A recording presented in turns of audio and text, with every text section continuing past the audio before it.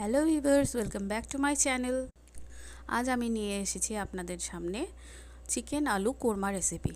তো চলুন ঝটপট বানিয়ে নেওয়া যাক। প্রথমে আমি কড়াইয়ে তেল ঢেলে দিয়েছি, দেখুন। এর মধ্যে আমি দেবো গরম মশলা ও একটি তেজপাতা। তারপর আমি ঢেলে দেবো 3টে বড় সাইজের পেঁয়াজ কুচি। পেঁয়াজ কুচিটা দেওয়ার পরে আমি খুব ভালো করে নাড়বো পেঁয়াজটা লাল হওয়া পর্যন্ত।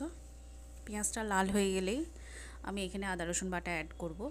আদা রসুন বাটা আমি 2 টেবিল চামচ ইউজ করেছি। আদা রসুন বাটা দেওয়ার পরে একটু নেড়েচেড়ে আমি এখানে গুঁড়ো মশলা অ্যাড করব। গুঁড়ো মশলা আমি নিয়েছি 1 চামচ ধনে গুঁড়ো, হাফ চা চামচ জিরে গুঁড়ো, হাফ চা চামচ লঙ্কা গুঁড়ো। আপনারা চাইলে ঝাল কম বেশি আপনাদের স্বাদ অনুসার দিতে পারেন। আর পরিমাণ মতো লবণ আর চিনি। তো আমি এটা দেওয়ার পরে দেবো মশলাগুলো দেওয়ার পর আমি এখানে কাজু ও পোস্ত একসঙ্গে পেস্ট করে রেখেছি, ওটা ঢেলে দেবো। কাজু আর পোস্ত অ্যাড করার পরে খানিকক্ষণ নেড়ে আমি টক দই ফেটিয়ে দিয়ে দেবো। অবশ্যই টক দইটা ফেটিয়ে ইউজ করবেন। তো টক দই দেওয়ার পরে খানিকক্ষণ মশলাটা কষিয়ে নেব। মশলা কষাতে কষাতে দেখবেন যখন তেল ছেড়ে দেবে তখন মাংসটা অ্যাড করবেন। মাংসটা আমি আগে থেকে একটু ভেজে নিয়েছি, আপনারাও লাল করে ভেজে নেবেন।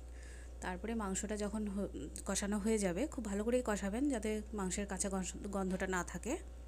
তো মাংস ভালো করে কষানো হয়ে যাওয়ার পরে সামান্য জল দেবো একটু মাংসটা হালকা সেদ্ধ করার জন্য। তো মাংসটা যখন হাফ সেদ্ধ হয়ে যাবে তখন আমি এখানে আলু অ্যাড করব। আলুটা আমি নুন হলুদ মাখিয়ে ভালো করে ভেজে নিয়েছি। জানেন এখনকার আলু একটু তাড়াতাড়ি সেদ্ধ হয়ে যায়, তাই আলুটা আমি পরে অ্যাড করব।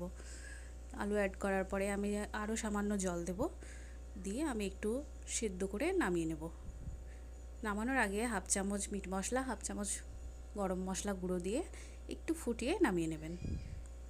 আমার ভিডিওটা যদি আপনাদের ভালো লাগে অবশ্যই কমেন্ট আর ফলো করে রাখবেন। আমার চ্যানেলটিকে অবশ্যই সাবস্ক্রাইব করবেন আর লাইক করে আমার পাশে থাকবেন।